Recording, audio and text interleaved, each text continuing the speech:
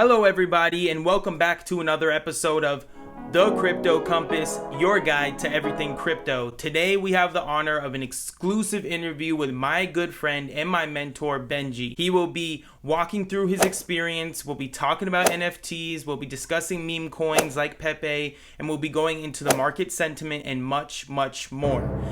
As you can see, I got a brand new background back here. Please let me know how you feel about it in the comment section below. And if you enjoy my videos, please hit that subscribe button, hit that like button, hit that bell button so you never miss another one of my videos. Let's get into it. Wait, before we continue, I have to let you know about my one-on-one coaching program. I'm going to sit down with you one-on-one virtually and we can connect and discuss literally anything crypto. We can sit here and talk about NFTs, we can sit here and talk about things we talk about in this interview and much more. So please go down to the link in the description and sign up if you are interested. Now, let's proceed.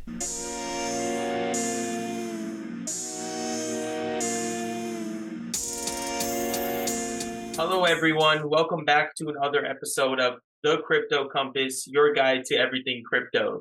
Today, I have the honor of sitting down with my dear friend, Benji Froman. He is my mentor and very good friend. We actually used to be friends back in high school, and then we reconnected back in 2020, and he's been guiding me in the financial markets. We started in the stock market, and then we navigated into the crypto market, and he's been helping me ever since. So Benji, please introduce yourself and tell us a little bit about your experience. Yeah, absolutely. Thank you for the introduction. My name is Benji, and as you know, I've known Faraz for some years now. When we got reconnected after he graduated from college, I was basically dabbling in markets at that time, and he reached out, and that's whenever I basically took him on as kind of like a pupil, so to speak. And I wanted to share the vast amount of knowledge that I had um, basically received from my mentor, Peter Bennett, which I'll get into in a second. And that's really where my foundation started and where my supports lie. So really, I started in late 2016 with my interest in markets. I was trying to figure out what I wanted to do with my career in life, and I had a real interest in things that could be traded. Right, you know, you go to work and you trade your time for a job, and so it was from the very start and the very get go. It was like, do I want to trade my time for a job, or do I want to learn some type of skill and actually trade? It's almost like tradeception, if you will. You trade your time and you can trade assets within that. And so that's where I found markets. I started dabbling in option markets and a little bit of stocks, you know, equities and whatnot. And it really wasn't my bread and butter, because there was this new frontier on the horizon that I kept hearing, you know, little birdies in my ear, and that was cryptocurrency, and that was Ethereum, and that was Bitcoin. And through more of my research and through my networking and through traveling around and getting involved in different groups that were involved in this stuff, I ended up meeting who is now my mentor, Peter Bennett. And that, luckily, like I said, I was able to pass all that knowledge on to you. And it's a very esoteric type of knowledge. It's not something that I widely share, but my experience with Peter Bennett was a phenomenal one. So Peter Bennett, his history and his past is very interesting. He was a quant trader on Wall Street. And that's very, in my mind, that's as esoteric as it gets. Because tell me how many quants you know in general. And then on top of that, that worked on the actual trading desks on Wall Street for a very long period of time. And this guy is just like, if you know what a quant is, it's a numbers guy. I mean, almost on the savant level, you know, like autist level. And so these guys work numbers and crunch numbers like you wouldn't be able to believe. And they see things a little bit differently than the rest of us. And this is why I keep using the word esoteric. It's kind of a knowledge that's not really a known commonality to the common universal person. And with this comes contrarian, right? It comes contrarian outlooks. And so this is really where I formed the basis and really my thesis and outlook of how I invest and how I look for these signals across the landscape of markets. And these are really where I found, or where I find my foundational supports to lead me in my theories and what I actually speculate on. And people are like, well, how do you see this and that? Well, it really comes from understanding, being a contrarian, understanding where and how to see these signals. And so through my learning with Peter Bennett, through a small course he did called the Crypto Vault, he did a 1 year thing and then he disappeared, which is an interesting story. But Um, Long story short, when you got gains to protect, you go and you find the legal loophole. So my boy's probably sitting out on a beach somewhere, doing nice things. So he's the one who Yeah. actually introduced me into Chainlink. I'm sure everybody in the crypto space knows, that, if they're watching this, they know what Chainlink is. And this was a guy that introduced me to Chainlink before Chainlink was even Chainlink. So this was why it was actually in the building phases before they ever even launched the token, right? And so this is really interesting because this guy's very well connected. And I think it also just goes to how I'm very grateful and the grace that I've received from my mentor, and I call that luck. And you've heard me say this, but luck is the extra reward of the diligent. And so, Yes. just lucky to be in it at the time I was, and who I was interacting with, and the knowledge that was basically instilled and unfolded into me. And I'm so grateful for that. And that's exactly why I found somebody I think that was also worthwhile, which was yourself. And so passed a lot of that knowledge on to you, and you've seen the videos and you've gone through some of the early courses, and so I have. it's the real deal. And so that's another thing that I'm going to say is part of our teaching, and I'm sure Faraz is going to go over this many more times in his videos, but less is more, and you'll understand this concept as we go on, but I think it'll help mold and shape you as a trader. So anyways, I could keep going on, but that's a little bit of my history and like really how I got into crypto. And ever since then, I've been full time into this space and into markets. I trade for basically a living, as we both have been doing, Yep. for years now. So yeah, so that's really my history, and I really do focus on more of the crypto side. But lately, and I'm sure maybe you'll talk about this in another video or maybe this one, but lately I've been also getting into some metals as far as investing and Yeah. dabbling a little bit into these other store of values that are really more hard assets. And I also look Definitely. at Bitcoin as a hard asset, but in the digital form. So yeah. Yeah, thank you. No, that's great introduction. I think it's also crazy that the knowledge was, I guess, passed down like from Peter down to you and now down to me. And I'm happy to be, transferred that knowledge, basically, I guess, technically second generation up from Peter down to me. Right. So, and it's all good information. It's different, right? Like it's a contrarian view. It's like less is more, like you said. It's something very basic, not that something you're gonna see like on Yeah. crypto Twitter or something you'll see on someone else's YouTube videos, someone looking at like candles instead of bars, for example. It's a very different kind of view, and that's the view that I cherish the most. And I'm Right. very Can grateful and happy that you could offer that to me. Thank you. Yeah. Candles are for birthday cakes, as we say. Yes, exactly. And no, and you're spot on. Like you're really spot on about that. Is a lot of the things that we even say, sometimes we're hesitant to say on crypto Twitter because Oh yeah, we know that the masses who think they know what they're doing, and it's not our job to tell anybody they're wrong. It's not my exactly. job, and I don't do that. But I already know because of how human psychology plays in markets, and this is one of the Right. things of one of the core principles of my teachings is market psychology. It's Yep. really one of the biggest proponents of how and why these things happen as far as movements in markets and also the people that are behind it. And so when you throw out something you already know is a contrarian view, we know we're going to get flack because they can't see really through the lens that we're looking at. They may be looking at the 10 foot and we are at the 100 or the 1,000 foot view. We just see a Exactly. little bit different, encompassing of what's going on. But it's interesting that you say that because it's exactly being a contrarian, you also get kind of on the other side of the spectrum, you get people who really are not the contrarian, and a lot of Yep. times they may make you believe that you're wrong, and that's really the hardest part about being a contrarian is that you kind of are in your own little circle. But this is why a lot of people don't win. That's a fact that 90 to 99% of people in markets actually lose, including, and that's trading as well. And so Right. that makes you think, well, who's the 1%? Has to be the guy that's probably doing what everybody else in the circle is saying, hey, it's the wrong thing, then Mhm. somebody wins. So it's interesting when you actually look at it and you actualize it into theory, like a visualization of how that actually plays out. And yeah, so very interesting.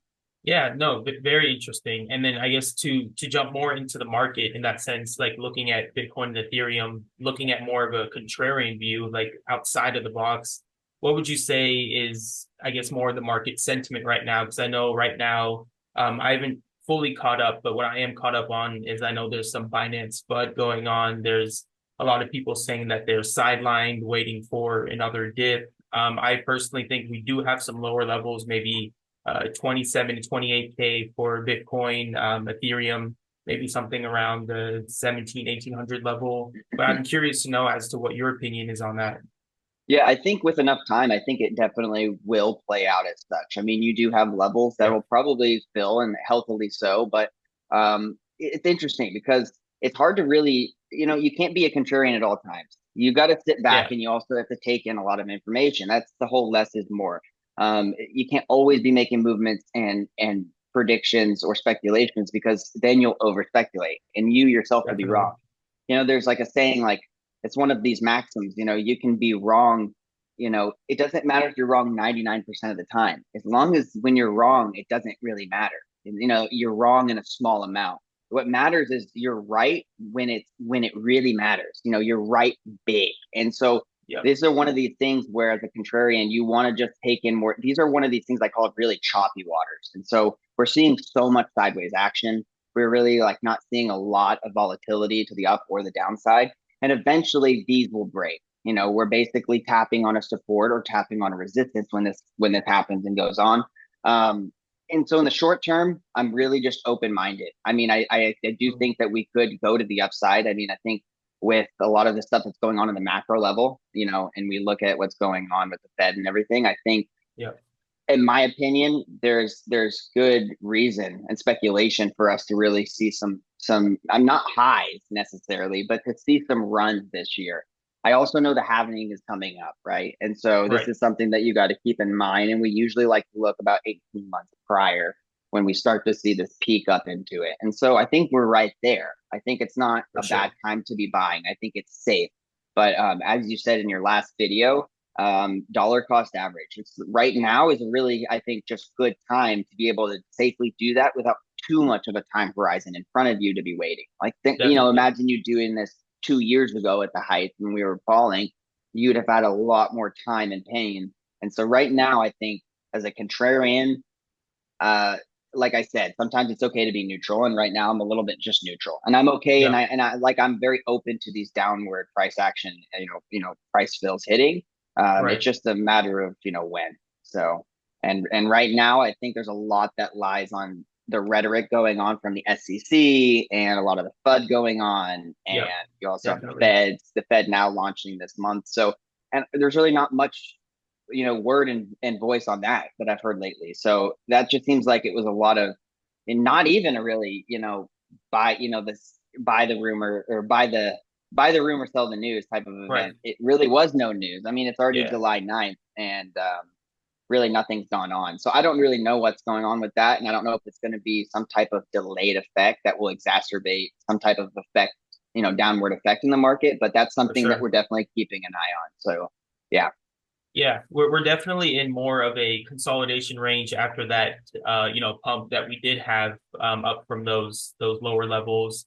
And just like you said, to I guess divert and get more into the SEC and like the Fed and going into the CBDC, I want to know what your opinion is on I guess the SEC, because Gary Gensler himself, like he had there are rumors of him getting fired and the SEC's involvement within crypto itself over the years, and I guess more recently it's been all over the news. And then also additionally to add on to that, the ETF filings. You see these big banks and everyone just trying to get ETFs because it seems like everyone's trying to get crypto exposure. So, what's your opinion on all those things? This stuff has been going on for years. And so, since being Right. in the space for a few cycles, I've seen the filings for the ETFs multiple times over. I've seen Yeah. them be denied. Sometimes I'm wondering, is it purposeful? Do they just file knowing you can probably file as many times as you want, right? Right. So, I wonder if they just kind of do it purposely to lead the market in a certain direction because these are also the same players. Listen, if these are the players that are actually filing the ETFs, these are the players that want Bitcoin. They want into these assets. And they're not going Definitely. to want into these assets after they get filing, approval. Now, filing approval is likely a fiduciary. Of course it is. It's a fiduciary licensure to be able to actually sell these assets, right? to Hmm. whoever they're overseeing. So like as a fiduciary, you have all these clientele that want this new assets, and now you have new oversight rules. You get a new ETF approved that oversees the underlying asset. It's for their clientele. It's not for them. So make no Exactly. mistake that they're buying these assets beforehand. So if they know they could file, I'm not saying that this could be fun. Don't take what I'm saying as what's going on. It's just something to speculate on, is that when you're a big Hmm. player and you want these things, you could drive the market by just submitting an ETF would get denied. I only say that because it's like the dozens, if not more, ETFs that's been denied, over the years. And so it's nothing really new and shiny, so to speak. But I mean, on the other hand, it does speak to the fact that maybe, does the SEC really not want these players to be involved in this at all? And if so, Right. why? And so that's also where it goes back to the CBDC and really is it really the competitor to really kind of shut all of this down? And so I don't know how that looks like. I don't know if they're going to pass laws. I mean, Right. I tweeted about this the other day that, back in the day, they did this, with gold. And so they said it's illegal to hold, hoard, and transact with gold. And in 19, that was it Hmm. in 33 or whatever. And basically since then, I might be wrong on the years, but I've been doing a lot of gold research Yeah. recently, and a lot of numbers are mixing up, but I'm pretty sure that was the year. And ever since then, look, like it's basically we have a dollar that's not backed by anything. And so you wonder, Hmm. could the same thing happen with Bitcoin? Could they just simply, I mean, if they could do that with gold, could they say you cannot transact, hold, or whatever else they're going to say in their, in the verbiage of what you can or cannot do with this asset?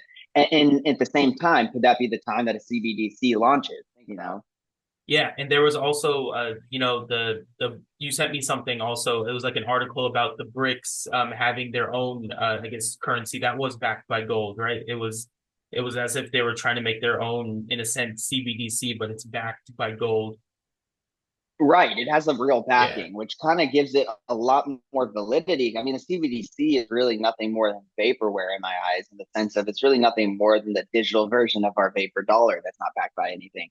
So I don't think it's a bad idea to back your assets in something that's tangibly and hard, a hard asset, for a sure. commodity, so to speak. But that's something that was speculated on and that was written about in articles about the BRICS, being backed with gold. For months we've been looking at that, and now I'm pretty sure, if it wasn't just a few days ago, I think they announced that in August at this summit they're going to be announcing this official currency. And so this is Yeah. a really, really interesting time, and that's why I also kind of want to look back at the question about what's my outlook right now.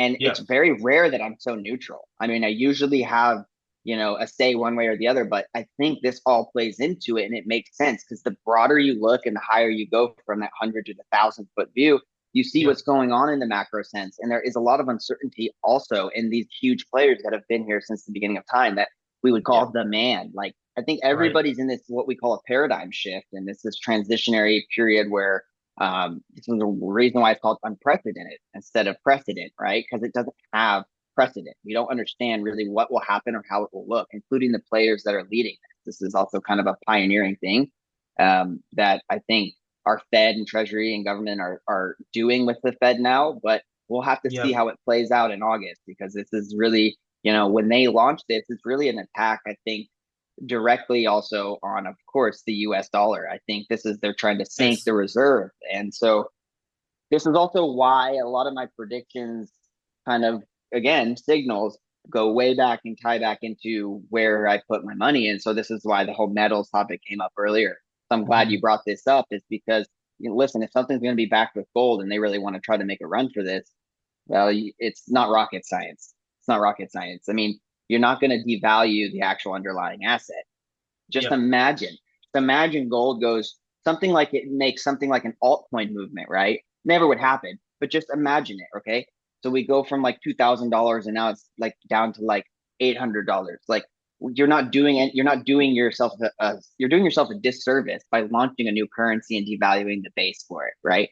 So Exactly. you actually want an appreciative asset under it. And this is why Hmm. gold was, look, if you invested in gold pre 1930s and you're still holding on to it, look at the appreciation, right? So I'm Right. pretty sure back in the day they were buying it between $20 and $40 an ounce. So Definitely. Yeah. this is something to think about. And so, um, yeah, it could really create a really big bull case, in my opinion, for gold and thus silver, falling right behind it. So yeah. Yeah, no, I completely agree. I feel like gold, silver, metals, obviously Bitcoin, these are all safe assets, the inflation proof as so-called assets that you want to buy as a hedge. A lot of people are getting into these assets. And I guess to jump into more assets, I also want to get your opinion on Pepe. Pepe was a coin that we actually got into. You got into actually super early. I don't remember where I got in, but I remember something below like a 50 million market cap, even maybe well below that. And now we're Yeah. getting coins like, Pepe 2.0 and like all these, in a sense, like derivatives, almost like as if Pepe is like a CCO kind of coin. Like, Yeah, it's very it's kind of interesting. crazy. Yeah. Yeah. So when I first entered, I think it was either the day or the day was it if it was launched on the 15th, it was the day it was launched. I think whenever I saw it, Yeah. it was like between 5 and 800,000 market cap. So it was Yeah. under a That's million. It was crazy. really insane. Yeah. Um, but anyways, yeah, I don't know. I don't know what to say about it. It was really kind of like a really weird phenomenon, like in the sense of Right. it kind of is really what Doge did. And it Yeah. almost feels like kind of surreal that we were a part of it and so Mhm. early. It almost doesn't feel real. Um, I think there was also mistakes made along the way. You know what I'm saying? So it Yeah, would have been for nice sure. to, it's one of those things. That's what I'm saying. It's one of these unprecedented things. If you weren't there for Doge or you weren't there for SHIB in the very beginning and you didn't really understand how these things move, it was kind of an Mhm. unprecedented territory, even for, I think, advanced traders. This is why Right. this thing leaned on the verge of being called, a crap coin, so to speak, Right.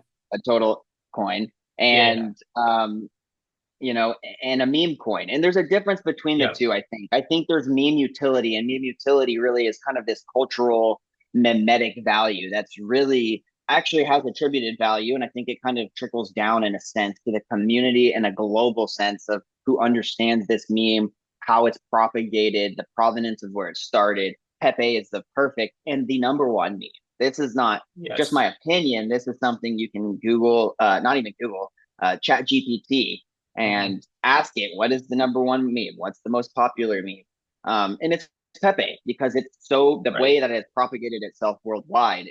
It's undeniable the network effects of how this thing has gotten where it's gotten in the decades it's Right. gotten there. So it's very interesting that that this thing popped up because it's not the first derivative of Pepe. There's been other Pepe coins. So as Right. time goes on, it makes me wonder who started this, how it started, was it influencers, and we may never know. And I think it's best that we don't know. Yep, I Um, agree. but my thoughts on the rest of them are I don't really know my thoughts. I don't dabble in Yeah. them. I haven't bought in Pepe 2.0 or 3.0 or any of those other ones. It's crazy Right. how hard they've run. But Yeah. I really did think they were total scams and total crap, right from the beginning.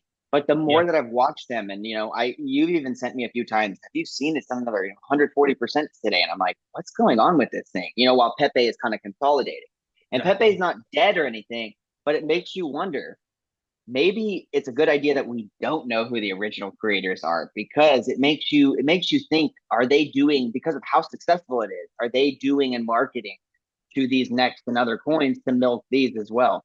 And I Yeah. don't know, I really don't, but it seems like the chances for a coin to literally be called Pepe 2.0 to be doing so well, and then 3.0 and all these things that have made people a lot of money, it just Mhm. seems non-coincidental, so to speak, because you could launch Right. a million of these and none of them really work or succeed.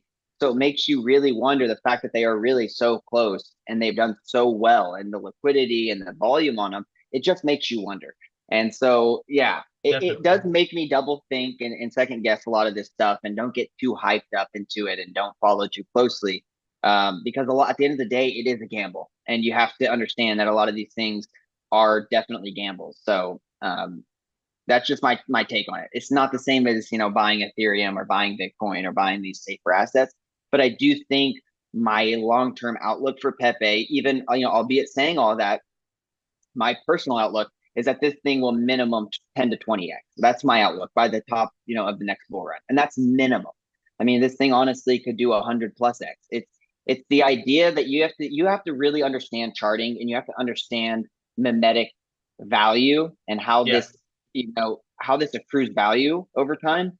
And you have to have been in the space to not only to see but to believe that the unthinkable and unbelievable happen within this space, and it happens frequently, more frequently than you think. You just have Yes. to be around for it and kind of be a participant. And so, in my eyes, am I holding Pepe? Absolutely. Am I holding quite a lot of it? Yes. So it's something that I believe in. It's just not something. I equate it also as kind of, I believe in going to Vegas for the night and having a great time on, the crap table, right? Playing Of blackjack. So course. it's Yeah. the same thing. I just feel like there's a little bit more control in the sense where the house here has the edge, just like the house there has the edge. And the house Mhm. here is us. It's the people driving this. And so this is Exactly. where I think the scales are tipped a little bit and where we kind of understand things from a different perspective. Now, I've already Hmm. taken a lot of money off the table. I've de-risked. So there's not a lot of, if any risk on the table in this bag for me. And that's something that also people have to understand Of if they're course. wanting to follow, is that, we've been in very early, and, there's money been taken off the table already. And this is something that I'm just letting ride. And so, yeah, that's just my thoughts on Pepe. What are your thoughts on the derivatives? I know that you've been kind of looking at a few of them and sending me them. So yeah, Yeah, I actually I have the very similar opinion to you. So it's not I haven't gotten into any of the derivatives, Pepe 2.0, 3.0, and I know there's even derivatives of these other meme coins like the Bitcoin meme coin and a few others. They have a lot of 2.0, 3.0, like newer versions of it, but I'm honestly in the same exact boat as you. I feel like it only makes the case for Pepe stronger, the bull case, just because they're making these derivatives, everyone's in a sense getting bored of Pepe, but when people start to get bored of an asset or they jump out of the asset and they get impatient, that's when the asset tends to, take off and, as they say, leave the station like a train without yep, everyone on board. So I'm in the same exact consensus mindset as you because I do believe that Pepe long term is like you said going to at least 10 to 20x, and I feel like it will personally, in my opinion, obviously not financial advice, but I feel like it would eventually beat the dogs, like Sheep Coin, Dogecoin. I think that was the goal from the start. That was what was trying to be done with this a new, I guess, wave of meme coins. So I right, think right. I think Pepe is Frogs very over strong. dogs. Yep, Exactly. frogs Frogs over over dogs. dogs. Frogs over Yep, dogs. I completely yeah, yeah, agree. And I think there's a very strong case for it. I don't think Pepe is going anywhere. And I think it would be a good time to DCA into it, or even if it goes to lower levels, continue adding. And absolutely. like you said, if you are adding now, then if it does jump up, de-risk your bag and just literally just set it and forget it. But to jump into, I guess, the next section, I want to ask you a few questions. I know we've been more into more of the fungible assets, more trading like altcoins or even, the majors like Bitcoin and Ethereum. But I want to know what your opinion is on NFTs, especially with the huge decline, even with Bored Ape Yacht Club and you see like Azuki coming out, they had like a new mint, but they kind of sort of flopped on it. I haven't kept up to date with everything NFTs because I've been in the same boat as you, more fungible assets, more altcoins. But I really want to know, do you think it'd be profitable to get into NFTs right now? And if so, do you have any collections that you're particularly interested in? All good questions, awesome questions. But I feel like and I have to make a disclaimer that I feel a little bit biased. As you say, we've been in Mm-hmm. them and we've seen the declines. Yeah, we have. My disclaimer is that there is NFTs that I've bought for 30, 40 grand a piece, right? That are worth zero point 0.7 Ethereum now. And so there's a lot of inherent risk. And when you really understand the Right. space and a lot of what it's been about, and I don't want to, you know, paint the entire space, with one brushstroke, right? And just say the whole place is a scam. Because I don't think that's the case. And I think there is utility for NFTs. I just don't think we're quite there yet. I think that the gun was jumped. And then there's a lot of influencers that came into the space. So it got a lot of people feeling, like I said, that you kind of feel like a bitter taste in your mouth after, and this creates a bias. So Right. even understanding though that I have that kind of bitter taste in a sense, I can also still look at the other side of the spectrum. And so I don't want to be the guy that say, like Paulie, right? He'll shit on it all. Excuse me, you're gonna have to bleep that out. No, you're good. he'll literally poop all over NFTs and literally tweet, they're dead, they're going to zero and all this stuff. And it's not even that I necessarily disagree with that. It's just that there is a lot of undervalued NFTs that are, in my opinion, where if I was looking at it as an investment, they're 98% down and they are Right. solid value. Or my answer to that question, even though it's been long winded, is, I think NFT investments right now are, in my opinion, not the smartest thing to do in this space. I don't think it's Yeah. really where you should be parking a lot of money. I think if you have a lot of money, it's not a Mm. bad place to park a little bit of it. And here's why I'm saying that in the metrics of not a lot of money and a lot of money is the few collections I do think are good buys right now are still not super cheap to the average person, like a crypto punk. And if you're big on gaming and you're bullish on some of the people and partnerships behind, let's say Yuga Labs, you may want to pick up a Bored Ape or a Mutant Ape or a Coda and some land. So these are things that I do Right. think are priced nicely right now, and it depends on what your outlook is. I can't make that decision for every investor in the space.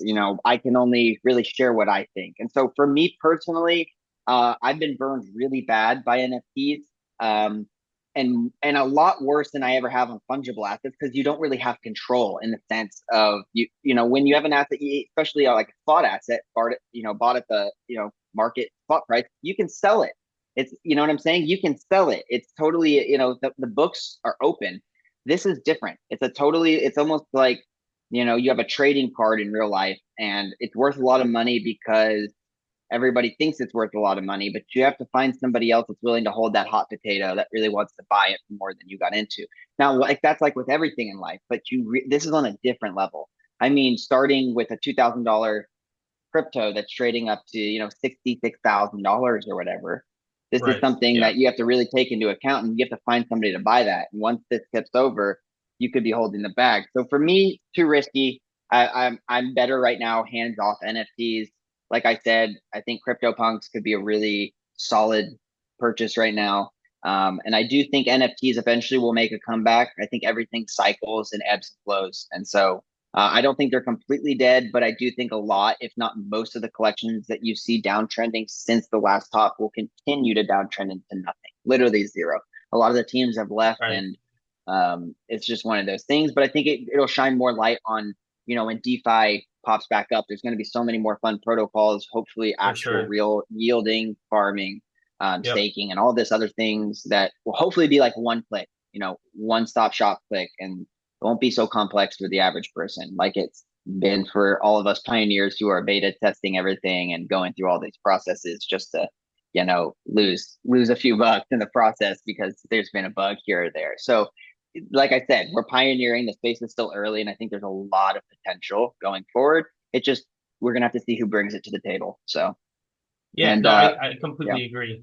Yeah, I completely agree with what you're saying. And I think you made a very good point about, going after the NFTs that are still building, the NFTs that were here throughout the bear and not the founders or the builders or the dev team that kind of, jumped out of the project. So I think it's very important to understand who's behind the project and if they're continuing to make changes and adjustments to the market. And eventually that will be good for them when they jump into the bull or when we get into the bull market. So I Yeah, think absolutely. that's a very good point. Yeah, absolutely. And one last thing I'll leave on that. I mean, if someone's watching this and they are really into NFTs and they really do believe in a future within that space, if you're investing, if you're from the investor standpoint, you're looking to invest in something that's outside of traditional art, like art NFTs.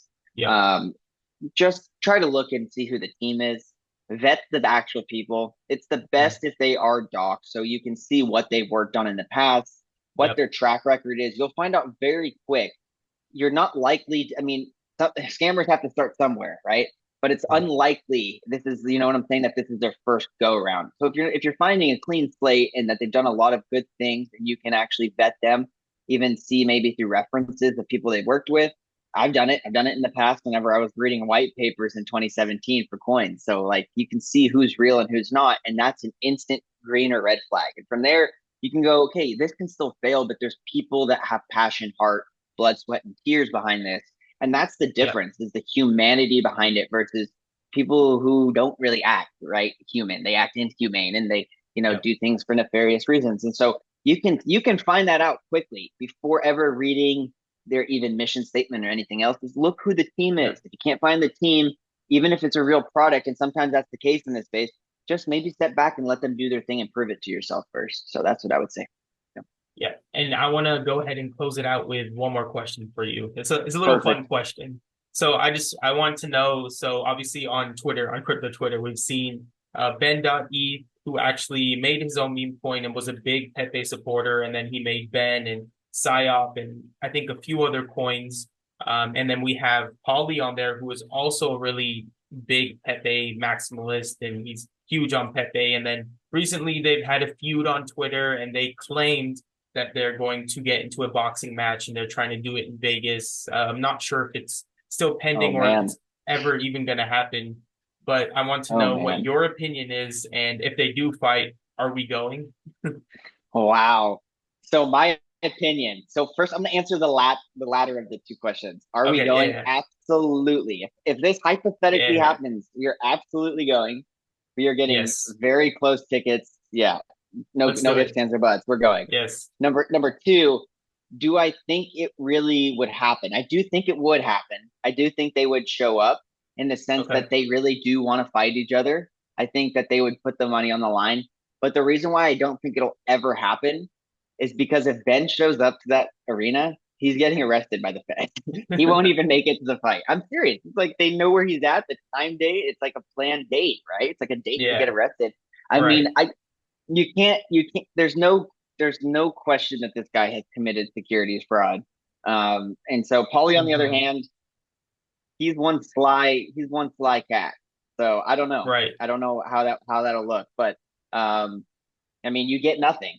So he didn't promise yeah, anything. Nobody exactly, got anything. It's yeah, just one of these things where I think that you can't do. I think it's actually going to set precedent for maybe for maybe new statutes in the SEC and what you can't do going forward. right, And good on him. Somebody has to do it eventually to exploit what you can do and push the limits. That's the whole reason why there's laws. But yeah, Ben, I don't think he'll show up to that fight.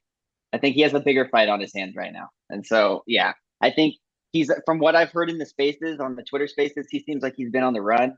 Um, yeah, so, I mean, yeah, this is kind of what I was saying, is like sometimes you get people that maybe even do want to offer something, but things get so big in the space. You take in $28 million. right. How do you offer $28 million worth of utility? And now you have to make Hmm. profit for all those people on top of that. So there's a lot that lies in his hands right now, and he's kind of in a wild west space. So uncharted territory.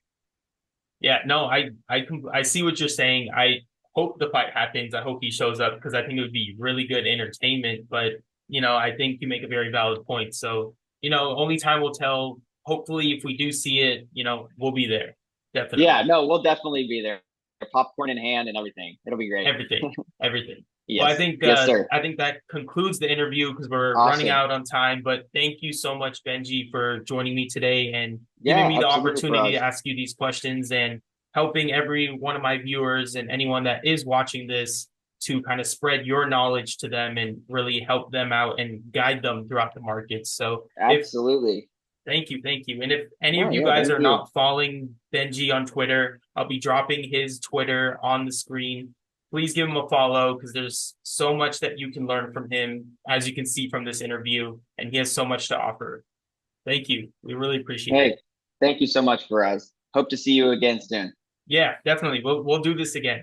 No Oh, it doubt. would be a pleasure. Yeah, thank you for having me. Yeah. Thank you. All right. Thank you to everyone who got through the video. If you missed anything, please go back and review it because these are concepts that I will be going over in my interviews, and I'll be interviewing a lot more people. So if you are interested, please don't hesitate to reach out and we can discuss crypto and I can get you on the channel. And please follow Benji on Twitter. I'm going to drop my Twitter down below too. A link in description for my coaching program. And please hit that subscribe button if you truly enjoy my content. But I'll see you guys in the next video. Peace.